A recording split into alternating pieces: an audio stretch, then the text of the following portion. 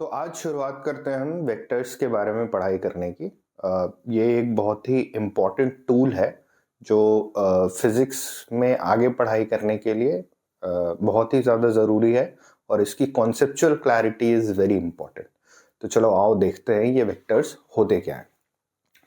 तो बेसिकली जितने भी चीज़ें होती हैं उसमें जो स्केलर चीज़ें होती हैं उसमें सिर्फ और सिर्फ मैग्नीट्यूड होता है, जबकि वेक्टर जो होता है उसमें मैग्नीट्यूड और उसके साथ डायरेक्शन भी होता है। जैसे अगर एग्जांपल दें तो वेलोसिटी जो है वो एक वेक्टर है। इसका मतलब क्या है? इसका मतलब ये है कि जब आप वेलोसिटी बोलते हो कि 3 मीटर पर सेकंड से फलाने आदमी की वेलोसिटी है, तो इसका मतलब है कि वो 3 मीटर पर सेकंड से चल रहा है। बट ये एक कंप्लीट इंफॉर्मेशन नहीं है जब तक आप ये नहीं बताओगे कि उस आदमी की वेलोसिटी कौन से डायरेक्शन में 3 मीटर पर सेकंड है। जब तक आप ये नहीं बताओगे कि वो कौन से डायरेक्शन में चल रहा है, तब तक आप ये कैसे बता पाओगे कि वो 3 किलोमीटर पर आवर या 3 मीटर पर सेकंड के रफ्तार से चल के मेरे पास पहुंच पाएगा या नहीं पहुंच पाएगा, या अपने गिवन लोकेशन पे पहुंच पाएगा कि नहीं पहुंच पाएगा। तो इसलिए जो वेक्टर्स होते हैं उसमें दो कंपोनेंट्स होते हैं। एक कंपोनेंट होता है जो उसका मैग्नीट्यूड बताता है और एक कंपोनेंट होता है जो उसका डायरेक्शन बताता है। ठीक है, तो अब जैसे हमारे पास फॉर एग्जांपल ये वेक्टर है ए। ये वेक्टर जो है ये एक डायरेक्शन में यहां पे खींचा हुआ है जो कि एक्स एक्सिस से थीटा एंगल बना रहा है। अब देखिए यहां पे एक चीज समझने की कॉन्सेप्चुअल बहुत ज्यादा जरूरत है, और ये शुरुआत में ही बात क्लियर हो जाए तो बहुत अच्छा रहेगा, तो ध्यान से सुनना इसको। ठीक है, कभी भी फिजिक्स में या मैथमेटिक्स में ये जो एक्सिस बनाए जाते हैं ये हमें हेल्प करने के लिए बनाए जाते हैं। इससे फायदा ये होता है कि अब हमने किसी भी चीज को अगर दो डिफरेंट एक्सिस में डिवाइड कर दिया तो अब हम इंडिपेंडेंटली इसको सिंगल एक्सिस के तरह ट्रीट करके और इसको सॉल्व कर सकते हैं। मतलब कि एक्स एक्सिस को हम इंडिपेंडेंटली सॉल्व कर सकते हैं और वाई एक्सिस को हम इंडिपेंडेंटली सॉल्व कर सकते हैं, और उसके बाद उन दोनों का एक रिजल्टेंट निकाल सकते हैं।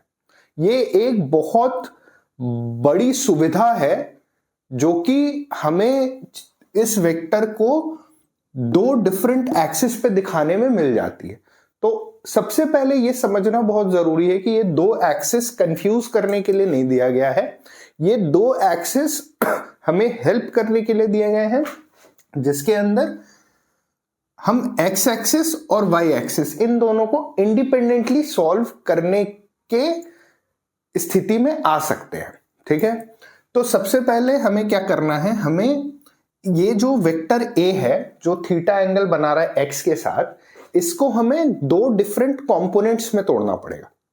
ठीक है, तो दो डिफरेंट कंपोनेंट का मतलब ये हुआ कि इस वेक्टर ए का एक्स एक्सिस के डायरेक्शन में कितना यूज हो रहा है, मतलब ये एक्सिस एक्स एक्सिस के डायरेक्शन में ये जो वेक्टर ए है ये एक्स एक्सिस के डायरेक्शन में कितना इफेक्टिव है। और जब हम y कंपोनेंट की बात करेंगे तो इसका मतलब है कि ये वेक्टर a y एक्सिस के डायरेक्शन में कितना ज्यादा इफेक्टिव है। तो इसको लिखने का एक तरीका होता है, बाय कन्वेंशन हम x एक्सिस को i कैप बोलते हैं और y एक्सिस को j कैप बोलते हैं। इसको थोड़ा क्या बोलते हैं उसको, इसको थोड़ी उस भाषा में थोड़े कॉम्प्लेक्स जार्गन में इसको हम यूनिट वेक्टर्स बोलते हैं। यूनिट वेक्टर का मतलब है कि इसका मैग्नीट्यूड हमेशा एक होता है, बट इसका कॉन्सेप्चुअल मीनिंग यही है कि एक्स एक्सिस के अलोंग जब हम इसका कंपोनेंट तोड़ेंगे, इसकी इफेक्टिवनेस देखेंगे तो हम लिखेंगे आई कैप, और जब वाई एक्सिस के अक्रॉस इसका कंपोनेंट लेंगे तो हम लिखेंगे जे कैप। तो ये समझना बहुत जरूरी है। तो ये ए वेक्टर जो है this can be written as a cos theta I cap plus a sin theta j cap। जिस डायरेक्शन में ये थीटा है उसके डायरेक्शन में जो इसका कंपोनेंट लगता है वो होता है a cos थीटा, और ये cos थीटा ये है तो ये 90 माइनस थीटा है, तो एक्चुअली ये है a cos 90 minus theta, but cos 90 minus theta क्या होता है अगेन sin थीटा। तो कभी भी कंपोनेंट आपको तोड़ना है तो आप ये समझ सकते हो कि जिस भी डायरेक्शन में, अगर यहीं पे थीटा अगर y एक्सिस के अलोंग दिया होता ये थीटा होता, ये y है ये x है और ये a है, तो ये हो जाता a sine theta I cap plus a cos theta J cap. इसका मतलब ये है सिंपल कि जो भी थीटा दिया होगा, जिस डायरेक्शन जिस एक्सिस के साथ एंगल थीटा बन रहा होगा उसके अलोंग जब कंपोनेंट को तोड़ेंगे तो वो कॉस थीटा हो जाएगा, और जो 90 माइनस थीटा होगा उसके अलोंग जब तोड़ेंगे तो वो साइन थीटा हो जाएगा। क्लियर है ये? अब इसका फायदा ये है कि अगर मेरे पास दो वेक्टर्स हों लेट्स से, इसका बहुत बड़ा फायदा ये है कि अब मेरे पास मान लो दो वेक्टर है, दूसरा वेक्टर है b जो कि अल्फा एंगल बनाता है, तो हम उसको लिख सकते हैं b is equal to b cos alpha I cap plus b sine alpha J cap, है ना। अब हमें कोई पूछेगा कि इसका रिजल्टेंट बताओ, इन दोनों वेक्टर्स का सम क्या होगा, तो हम फिर अब क्या कर सकते हैं कि चूंकि ये x एक्सिस है आई कैप और ये j एक्सिस है, ये y एक्सिस है j कैप, तो अब हम इसको इंडिपेंडेंटली सॉल्व कर सकते हैं।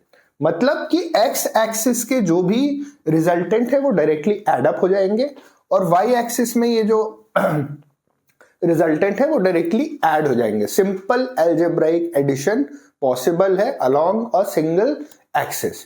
तो इंडिपेंडेंटली जब हम इसको सॉल्व करेंगे a प्लस बी के लिए, तो ये हो जाएगा a cos theta plus b cos alpha I cap plus a sin theta plus a sign alpha J cap. तो ये करने से, कंपोनेंट के अलोंग ब्रेक करने से ये कितना आसान हो गया।